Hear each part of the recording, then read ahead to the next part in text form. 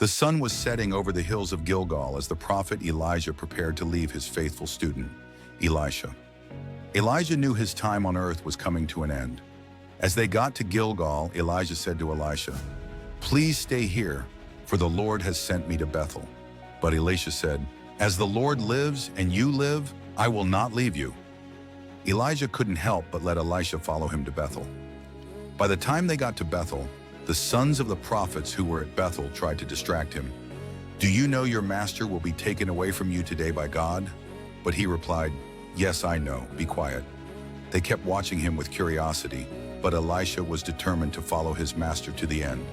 Again in Bethel, Elijah said, "Elisha, please stay, for the Lord has sent me to Jericho."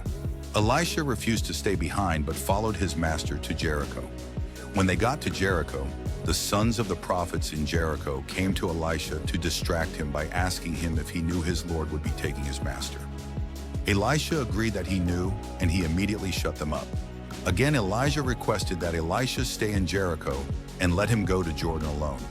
But Elisha refused, determined to stay with his master till the end. 50 men of the sons of the prophets went and stood opposite them at a distance, while the two of them stood by the Jordan.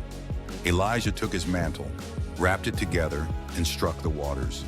And they divided, so that the two of them crossed over on dry ground.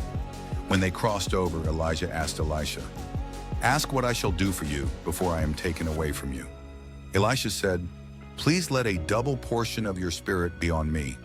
Elijah said, "You have asked a difficult thing, but if you see me when I am taken from you, it will be so for you, but if not, it will not be so." As they continued their journey talking, suddenly a chariot of fire and horses of fire appeared and separated the two of them, and Elijah went up by a whirlwind into heaven. Elijah's mantle fell to the ground, and Elisha picked it up, symbolizing the transfer of prophetic power. With tears streaming down his face, Elisha wrapped the mantle around his shoulders and returned to the Jordan. With newfound confidence, Elisha struck the water, saying, "Where is the Lord God of Elijah?" The water parted, and he crossed over, demonstrating that God's power now rested with him. When the sons of the prophets who were at Jericho opposite him saw him, they said, "The spirit of Elijah rests on Elisha." They came to him and bowed themselves to the ground before him. Lessons learned. God sees and rewards faithfulness, as seen in Elisha's determination to follow Elijah. Spiritual mentorship is crucial in passing on God's work to the next generation. God's power is not limited to one person. It can be transferred to others who are faithful and obedient. Faith is not just about personal experience, but also about passing on the legacy to others. This story showcases the inspiring legacy of Elijah and Elisha, highlighting the importance of faithfulness, mentorship, and passing on God's work. This channel is dedicated to build your faith through telling Bible stories.